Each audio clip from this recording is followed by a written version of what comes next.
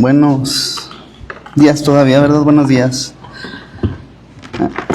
Pues gracias a Dios, ¿verdad? Que nos permite estar reunidos. Pues es de gozo, ¿verdad? El estar aquí reunidos con el mismo propósito, con el mismo objetivo. Pues se maneja, ¿verdad? Como un banquete, como una convivencia, pues un banquete espiritual, ¿verdad? Donde todos compartimos de la palabra. Y por eso es un gozo, ¿verdad? Estamos teniendo esa comunión, ese convivio, esa fraternidad, ¿verdad? De estar alimentando, pues esta hermandad entre todos, ¿verdad? Por eso nos da gozo, ¿verdad? Nos da gusto y a veces pues ya se crea esa necesidad, ¿verdad? De venir, de reunirnos y pues de tener este afecto fraternal, ¿verdad? Entre todos los hermanos. En esta mañana, pues de hecho vamos a hablar acerca del pueblo de Dios, ¿verdad? Lo que pide Pablo nos invita, ¿verdad? Nos exhorta de cierta manera, pues a estar unidos y tener un mismo sentir. Vamos ahí a la carta a los Filipenses. De hecho, pues desde el capítulo inicial, ¿verdad? Todo lo que es el capítulo 2, pues nos invita a tener ese sentir, ¿verdad? Un sentir. Nosotros vamos a leer ahorita del 12 al 18, pero todo el capítulo pues habla acerca de ese sentir, ¿verdad? Que hubo en Cristo, y nos dice, ¿verdad? Que siendo en forma de Dios, no estimó el ser igual a Dios como cosa a que aferrarse, ¿sí? Pablo le manda esta carta a los Filipenses y pues hasta cierto punto nos llega a nosotros, ¿verdad? Este mismo mensaje, que a nosotros pues no estimemos, ¿verdad? Cosas superficiales, sino que anhelemos el estar bien con Dios. Vamos a leer ahí Filipenses capítulo 2, del versículo 12 al 18. Viene separado, ¿verdad? Dos temas: humillación y exaltación de Cristo. Y después en la segunda parte viene como luminares en el mundo. Como primera parte poniéndonos a Cristo, y en la segunda parte a nosotros como el pueblo de Dios. Y inicia la lectura diciendo, Filipenses capítulo 2, del 12 al 18, dice: por tanto, amados míos, como siempre habéis obedecido, no como en mi presencia solamente, sino mucho más ahora en mi ausencia, ocupaos en vuestra salvación con temor y temblor, porque Dios es el que en vosotros produce así el querer como el hacer por su buena voluntad. Haced todo sin murmuraciones y contiendas, para que seáis irreprensibles y sencillos, hijos de Dios sin mancha, en medio de una generación maligna y perversa, en medio de la cual resplandecéis como luminares en el mundo, asidos de la palabra de vida, para que en el día de Cristo yo pueda gloriarme de que no he corrido en vano, ni en vano he trabajado. Y aunque sea derramado en libación sobre el sacrificio y servicio de vuestra fe, me gozo y regocijo con todos vosotros. Y asimismo gozaos y regocijaos también vosotros conmigo. Bueno, aquí vemos esta lectura, ¿verdad? Pablo está motivándonos, ¿verdad? A todos los cristianos a que se mantengan en obediencia. ¿Y cómo inicia, verdad? Amados míos. Y dice, como siempre habéis obedecido. Y dice, no como en mi presencia solamente, sino mucho más ahora en mi ausencia. Ocupaos en vuestra salvación con temor y temblor. Hace esa énfasis, como van a entender, no solamente cuando estoy con ustedes, sino ahora, ¿verdad? Que aún no estoy con ustedes, con mayor razón. Haciendo una aclaración de que si han sido obedientes, pero los motiva a que sigan siendo, ¿verdad? A pesar de que ya no está con los hermanos en Filipos. Pero este mensaje no solamente se queda ahí, ¿verdad? En Filipos, sino llega a nosotros, porque es un mensaje para los cristianos. No dejemos de ser obedientes, porque de eso depende la salvación de nuestra alma, es lo que está diciendo, ¿verdad? A pesar de que Pablo está ausente, este mensaje trasciende y llega hasta nosotros para motivarnos a seguir obedeciendo. En la segunda parte del versículo 12 dice, esta encomienda a Pablo, ¿verdad? Ocupaos en vuestra salvación con temor y temblor. Se escucha una preocupación en Pablo, ¿verdad? Ocupaos en vuestra salvación con temor y temblor. Y es una parte, ¿verdad?, que nos hace como ver que es una pieza clave en la que podemos meditar. Ocupaos en vuestra salvación con temor y temblor. Si nosotros definimos las palabras primeramente, ¿verdad?, ¿qué es el ocuparse? El estar ocupado, ¿sí? ¿A qué se refiere el ocuparse? Pues se refiere a emplearse en algún trabajo, en algún ejercicio o en alguna tarea, ¿sí? Nosotros cuando decimos que estamos ocupados, pues decimos pues que no podemos hacer otra cosa porque estamos haciendo esa, ¿verdad? ¿Sí? Estamos ocupados, mi tiempo está ocupado y no puedo hacer otra cosa hasta que acabe, ¿sí? Es asumir la responsabilidad de un asunto, así como encargarse de él. En la versión original, el sentido que da significa obrar, conseguir, llevar a cabo o terminar algo mediante un esfuerzo fatigoso o completo, ¿sí? Entonces, si nosotros vemos este sentido, pues ya lo relacionamos, ¿verdad? Que es algo que tiene que ser dedicado, ¿sí? Es algo, dice que es tener un esfuerzo fatigoso o completo, nos da ese sentido de estar enfocados o dedicarle el tiempo requerido para que se cumpla un objetivo. Hoy en día a veces digo, estoy ocupado, pero cuando preferimos hacer otra cosa, ¿sí? Es que estoy ocupado y preferimos hacer otra cosa en vez de lo que realmente necesitamos hacer. Y aquí se refiere a darle prioridad hasta que se cumpla, que se dedique el tiempo hasta completar una tarea. La expresión que utilizamos, estoy ocupado, la usamos la mayoría de veces para decir que estamos haciendo una actividad que requiere nuestro tiempo. Entonces, con este sentido de dedicar el tiempo a que se cumpla una tarea, aquí Pablo encomienda que esa dedicación sea para nuestra salvación. ¿Sí? Ocupamos con temor y temblor, que asumamos la responsabilidad de alcanzar la salvación, ¿sí? En otra versión,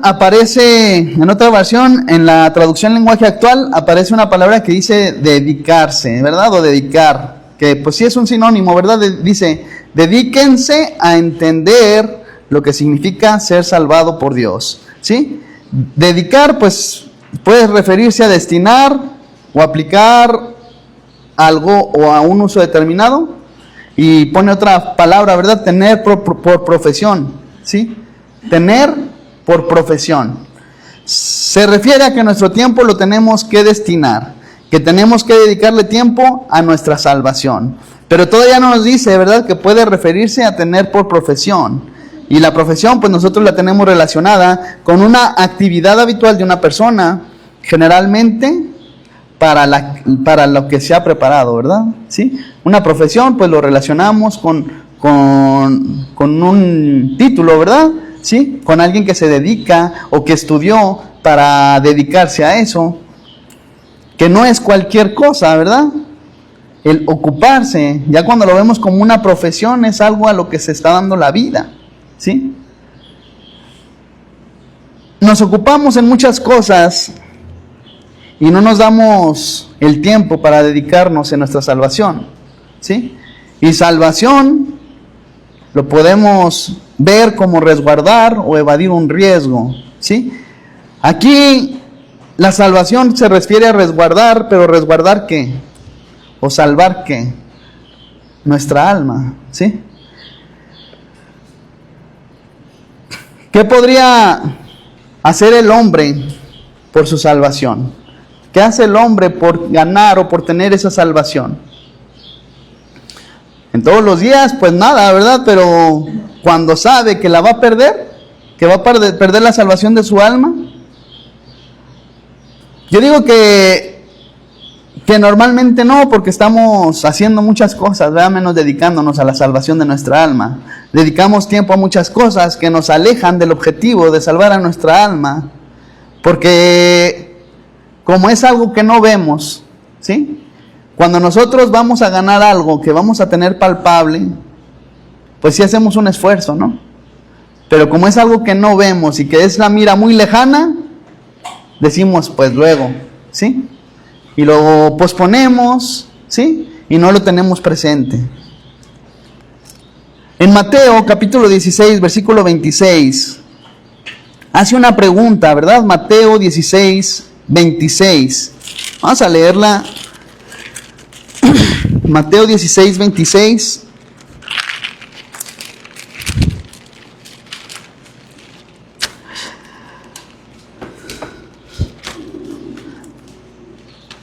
Dice así: porque ¿qué aprovechará al hombre si ganare todo el mundo y perdiere su alma? ¿O qué recompensa dará el hombre por su alma? ¿Sí? Es una pregunta que a veces leemos de rapidito, ¿verdad? Pero si le dedicamos ese tiempo, ¿verdad? Para meditarla, ¿sí? ¿Qué aprovechará al hombre? ¿De qué provecho tiene, qué provecho gana el hombre? ¿Sí? ¿Qué provecho va a tener el hombre si aquí en la vida logró todo lo que quiso? ¿Sí? Fue exitoso, tuvo fama, tuvo riqueza, tuvo posesiones, tuvo todo lo que pues, las personas sueñan, ¿verdad? ¿Sí? Pero pregunta, ¿qué provecho tiene si logró todo en esta vida, pero en la venidera perdió su alma? ¿Sí? Y es la pregunta que hace, ¿o qué recompensa dará el hombre por su alma? ¿Sí? ¿Qué va a ofrecer a cambio?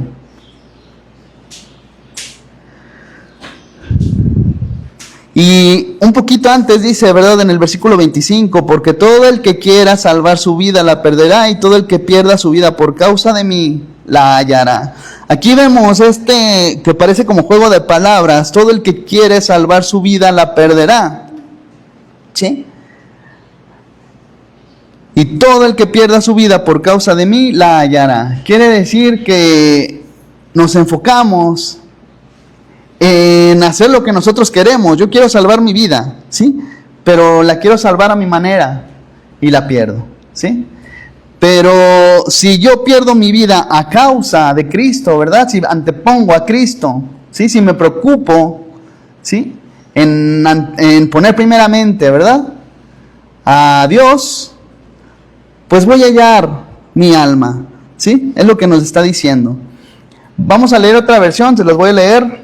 Dice, de nada sirve que una persona gane en este mundo todo lo que quiera, si al fin de cuentas pierde su vida y nadie puede dar nada para salvarla, ¿sí? Ya que se llegó el momento en que se ha perdido, pues ya no hay nada para recuperar el alma, ¿verdad? Lo que se refiere a esta cita es que a veces dedicamos mucho tiempo a cosas terrenales. Las espirituales las dejamos a un lado, cuando en esta vida nosotros únicamente somos solo pasajeros, ¿sí?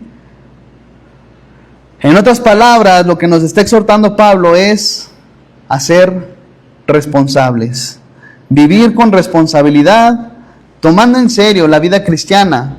Por eso queda bien el ejemplo de una profesión, ¿verdad? Alguien que se ha preparado para vivir de eso y se ha dedicado para eso, ¿sí? Por eso queda bien esa palabra, ¿verdad? Una profesión. Por eso el ser cristiano tiene que ser una decisión consciente de que es una carrera, la que tiene una meta por cumplir, y como ese maratón, ¿no? Que hay que prepararnos para ganar el premio. Pero en la vida hay distractores, hay obstáculos que son ilusiones, que parece muchas veces, ¿verdad?, que estamos haciendo las cosas bien. Por eso son ilusiones, porque sentimos que estamos haciendo las cosas de la mejor manera, ¿sí? Y un ejemplo es cuando les preguntamos a alguien, ¿verdad? Oye, ¿cómo te va? Y dicen, pues me está yendo muy bien, ¿verdad? ¿Sí? Una ilusión, es una ilusión, me va muy bien. Qué bien. ¿Por qué? Porque se refieren a lo mejor solamente en el aspecto económico. Y muchas veces desatendemos otras cosas, ¿verdad? Desatendemos a lo mejor el matrimonio, desatendemos la salud, desatendemos el descanso, ¿sí? A lo mejor la actividad física la desatendemos, pero decimos me está yendo bien, ¿sí? Tenemos muchas veces ese mal concepto de que nos va bien, porque solo nos enfocamos en el aspecto económico, porque es en lo que estamos ocupados, ¿verdad? ¿Sí? Entonces digo, estoy bien, porque estoy cumpliendo mis metas, ¿verdad? Porque estoy ocupado, mi meta es esta, y yo estoy ocupado tratando de conseguir lo que quiero, y es a lo que estamos dedicando nuestro tiempo, ¿sí? Y un ejemplo, una persona estaba explicando que un día, yo me imagino que esta es la imagen que tenemos todos los que a veces trabajamos, llegamos a la casa y vemos que están conviviendo nuestra familia, y nosotros llegamos y estamos viendo que nos estamos perdiendo de algo, ¿verdad? Esta persona estaba explicando que un día llega de su trabajo, vio que su familia estaba reunida, haciendo actividades en las que él no estaba participando, ¿sí? Y vio que estaba perdiendo tiempo con su familia. Entonces él dice que decidió modificar su agenda. Mientras revisaba su agenda, llega su hijo. ¿Y cómo son los niños, verdad? Curiosos. Y dice la Biblia, ¿verdad? Que Dios le da la sabiduría a los niños, ¿sí? Y esa sabiduría que a veces con un pequeño comentario nos hace ver las cosas desde otro punto. Dice que mientras revisaba su agenda, llega su hijo de 6 años y le pregunta que qué estaba haciendo. Y le contesta que está revisando su agenda para pasar más tiempo con ellos. Y estaba viendo qué eventos y qué reuniones debía de cambiar. Y el niño le contesta, ¿y si nos pones primero a nosotros? ¿Sí? Una palabra, ¿verdad? Pequeña, pero que nos hace cambiar, ¿verdad? El concepto. ¿Por qué? Porque estamos primeramente las ocupaciones, nuestro trabajo, ¿sí? Y al final, la familia. Al final el tiempo con los hijos, con la familia, ¿sí? Y el niño le pregunta, ¿y si nos pones a nosotros primero? Y muchas veces las respuestas vienen de donde menos esperamos, ¿sí? Poniendo como alegoría este ejemplo, ahora lo vemos en el plano espiritual. Nos podríamos preguntar, ¿por qué no estoy bien? ¿Por qué no encontramos paz? Pablo nos exhorta diciendo, ¿y por qué no te ocupas en tu salvación primero? ¿Sí? ¿Por qué no has considerado ocuparte primero? ¿Sí? En tu salvación. Debemos de tener tiempo para la familia, para las actividades que nos gustan, para la salud, pero todavía más importante, para nuestra vida espiritual. Y podríamos hacer una pregunta, ¿qué vale más que nuestra alma? Dicen que las cosas terrenales, ¿verdad? ¿Cómo dice? Las cosas terrenales son temporales, ¿verdad? Pero las celestiales son eternas. Y el alma es celestial. El alma, nuestra vida aquí en esta tierra es temporal. Nuestra alma es eterna y por eso nos invita, ¿verdad?, a hacer tesoros en el cielo, ¿sí? Es como estar comprando un terreno, ¿verdad?, en el cielo, con nuestras acciones, con nuestra buena voluntad, con el servicio, ¿sí? Porque allá es donde vamos a pasar una eternidad. Si no hay algo más valioso que nuestra alma, ¿qué hacemos para cuidarla, para alcanzar la salvación que viene de Cristo? La siguiente palabra a definir, ¿verdad? Dice, ocupaos en vuestra salvación con temor, ¿sí? Con temor y temblor. Muchas veces nos imaginamos ese temor de miedo, ¿verdad? Que nos paraliza. El temor a Dios, según está escrito en la Biblia, es también sentir vergüenza de hacer algo incorrecto ante los ojos de Dios. El temor lo relacionamos con miedo, pero no se refiere al miedo, sino al sentimiento que tenemos de decepcionar o de fallar. Es ese sentimiento de temor, ¿sí? De que no queremos fallar, no queremos... Muchas veces nos pasa, a lo mejor Yo me acuerdo, ¿verdad? En el trabajo, el miedo que tenemos cuando nuestro jefe nos encarga un trabajo, ¿sí? ¿Qué hacemos? Pues lo queremos hacer de la mejor manera, ¿sí? ¿Por qué? O por quedar bien, o porque pues se puedan cumplir las metas, pero ese es ese temor, ¿verdad? De no fallar. Es como el temor que también tenemos a nuestros padres al no quererles fallar. Y el temblor, muchas personas piensan de igual manera que es el temblor de miedo, pero se refiere a quien tiembla emocionado ante Dios y se le puede traducir como pasión. Es un temblor de emoción, como el que vamos a tener cuando vamos a tener un reconocimiento, cuando vamos a dar un paso importante en nuestra vida, ¿sí? Ese temblor cuando nos vamos a casar, ¿sí? Es un temblor de emoción, ¿verdad?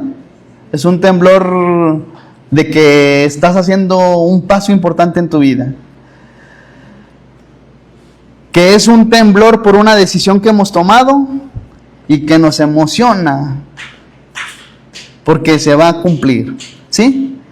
En el versículo 13 nos reafirma que tiene que ver con una decisión. Por si la hemos perdido, es Filipenses 2:13. Filipenses 2:13 dice: porque Dios es el que en vosotros produce así el querer como el hacer por su buena voluntad, ¿sí? Es Dios que nos está motivando a hacer el bien y que nos ayuda a practicarlo, y lo hace porque así lo quiere. En el versículo 14 en delante dice: haced todo sin murmuraciones y contiendas. Haced todo sin murmuraciones y contiendas. Muchas veces, bueno, en otra versión dicen: haga todo sin hablar mal de nadie, hagan todo sin hablar mal de nadie y sin discutir por todo, ¿sí? Para que seáis, nos dice el versículo 15, irreprensibles y sencillos, hijos de Dios, sin mancha en medio de una generación maligna y perversa.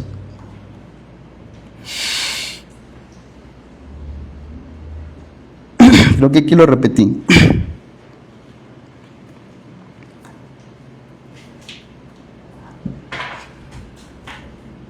Dice que no se nos pueda reprender, ¿verdad? Irreprensibles, para que sean irreprensibles y sencillos hijos de Dios, sin mancha, en medio de una generación maligna y perversa, en medio de la cual resplandecéis como luminares en el mundo. En este versículo nos está escribiendo, ¿verdad?, virtudes que podemos aspirar a tener, ¿sí? Irreprensible. ¿Qué es una persona irreprensible? Pues es alguien a la que no se le puede reprender, que no hayamos dado motivos para ser reprendidos o evidenciados, ¿verdad? Y no tener que ocultarnos. Nos dice sencillos en la manera de vivir, ser auténticos y transparentes y no tener que fingir o aparentar. Nos dice hijos de Dios sin mancha, que es no tener algo de lo que nos puedan reprochar o no ser corruptos. Y nos termina diciendo, ¿verdad?, luminares en el mundo. Aquí nos da la imagen de alguien que se destaca tanto por su autenticidad, por su naturaleza y porque resalta de su forma de actuar en comparación pues con la mayoría, ¿verdad? Porque dice en otra versión: para que no pequen ni nadie pueda culparlos de nada. En este mundo lleno de gente malvada y pecadora, ustedes como hijos de Dios deben alejarse de la maldad y brillar por su buen comportamiento, ¿sí? Es a lo que nos exhorta, a lo que nos invita Pablo en esta escritura. Que lo que hagamos sea para que tengamos buen testimonio, tanto como fuera como dentro de la iglesia. Por eso nos compara con luminares, que destaque nuestro comportamiento sin que tengamos que hablar mal, ¿verdad?, de nadie. Y en el versículo 16 dice... En el versículo 16 dice: asidos de la palabra de vida, para que en el día de Cristo yo pueda gloriarme de que no he corrido en vano, ni en vano he trabajado. ¿Sí? esta solicitud de Pablo, ¿verdad? ¿Cómo dice, verdad? Asidos de la palabra de vida para que en el día de Cristo yo pueda gloriarme de que no he corrido en vano ni en vano he trabajado. Él suena como una despedida, ¿verdad? Suena como diciendo, para cuando nos volvamos a ver, yo pueda decir, ¿verdad? Que mi trabajo, pues tuvo un resultado. Dice, nunca dejen de creer en el mensaje de vida. Cuando nos dice asidos de la palabra de vida, ¿qué es asidos? Agarrados, ¿verdad? ¿Sí? Asidos de la palabra de vida. Estar sujetos de la palabra. Vemos en Pablo un ejemplo de entrega que él dedicó su vida a su salvación. ¿Sí? Y termina, él dice, ¿verdad? He peleado la batalla, he ganado la carrera, me espera la corona. ¿Sí? Y él es un ejemplo de que nosotros aspiremos a ser, ¿verdad? Dice, no, sed imitadores de mí como yo de Cristo, ¿sí? Vemos constantemente en las cartas, ¿verdad? Que trata de motivarnos a tener ese sentimiento, ¿sí? De querer hacer las cosas. Dicen, a lo mejor se les hace muy complicado llegar al Cristo, pues imítenme a mí, yo imito a Cristo, o imítenme como yo imito a Cristo, ¿sí? Reafirma Pablo que debemos sujetarnos de la palabra. Pablo es el ejemplo de entrega, que él dedicó su vida a su salvación y por medio de su ejemplo trabajó en la salvación de muchos hermanos. Por eso dice, ¿verdad?, que su trabajo no haya sido en vano. Su dedicación y entrega fue con el propósito de que los cristianos confiaran en Dios y para que alcancemos la salvación. Y termina diciendo, ¿verdad?, adelante en el versículo 17, dice, y aunque se ha derramado en libación sobre el sacrificio y servicio de vuestra fe, me gozo y regocijo con todos vosotros. ¿Sí? En otra versión, aquí libación se refiere como un sacrificio, ¿verdad? Dice ahí adelante, otra versión dice así, ustedes confían en Dios y le sirven, y eso es como si le presentaran una ofrenda, ¿sí? Lo que nosotros hagamos, hagámoslo como una ofrenda. Ahorita ya no nos pide sacrificio, ¿verdad?, de animales. Pero si nosotros nos ponemos a pensar, si tendríamos que seguir sacrificando animales, ¿cómo sería? Desde prepararlos, ¿verdad? Apartarlos, prepararlos, ¿sí? Hacer el holocausto. Pero ya no nos pide ese sacrificio, ¿verdad? Ya no nos pide que nosotros estemos preparando algo, sino nos lo está pidiendo como sacrificio vivo, ¿sí? Como en Romanos también nos dice Pablo. Ustedes confían en Dios y le sirven, y esto es como si le presentaran una ofrenda. Tal vez, dice, a mí me maten, y entonces mi muerte será parte de esta ofrenda a Dios. Si esto llega a suceder, seré muy feliz y quiero compartir esa alegría con ustedes. Es lo que está diciendo en otra versión, ¿verdad? En otra versión es lo que nos está diciendo, ¿sí? Él veía su vida como sacrificio para completar la ofrenda, ¿sí?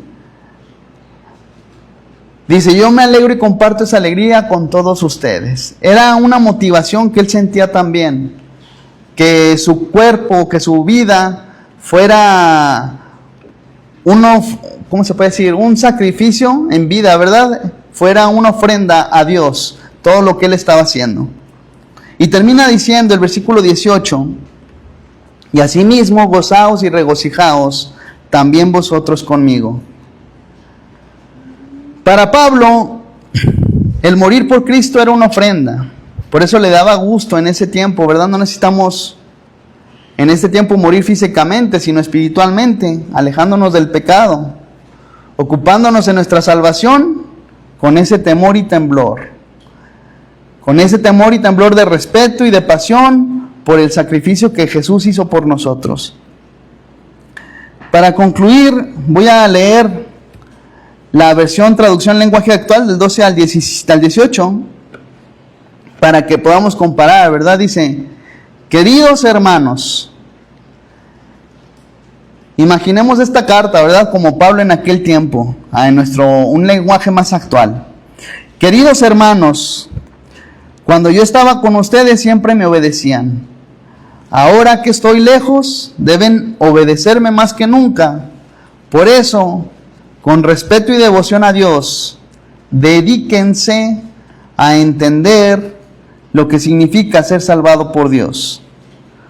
Porque es Dios quien los motiva a hacer el bien y quien los ayuda a practicarlo, y lo hace porque así lo quiere. Hagan todo sin hablar mal de nadie y sin discutir, para que no pequen ni nadie pueda culparlos de nada. En este mundo lleno de gente malvada y pecadora, ustedes como hijos de Dios deben alejarse de la maldad y brillar por su buen comportamiento. Nunca dejen de creer en el mensaje que da vida.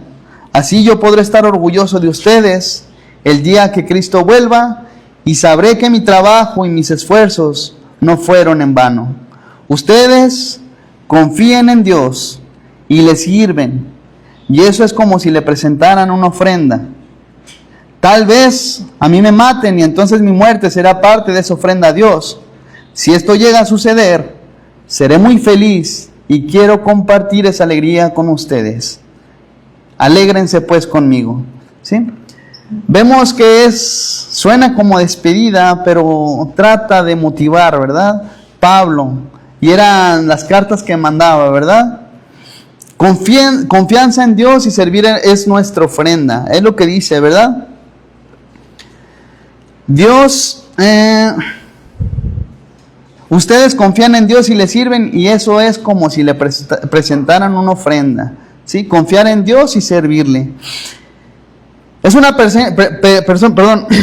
porción pequeña, ya estamos concluyendo, pero nos sirve esa exhortación y nos sirve para recordarnos que nuestra vida debe estar dedicada a buscar nuestra salvación. Así como dice aquí, ¿verdad? Dediquen el tiempo a entender lo que significa ser salvados por Dios, ¿sí?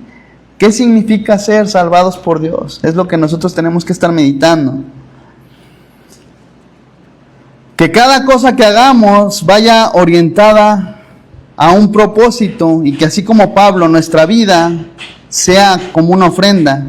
Que nuestra vida la ofrezcamos cada día, en cada momento, como un sacrificio vivo. Que no busquemos agradar a los hombres, sino busquemos agradar a Dios, para que los hombres vean a Dios en nuestra vida, ¿sí? Que Dios les bendiga. Vamos a entonar un himno.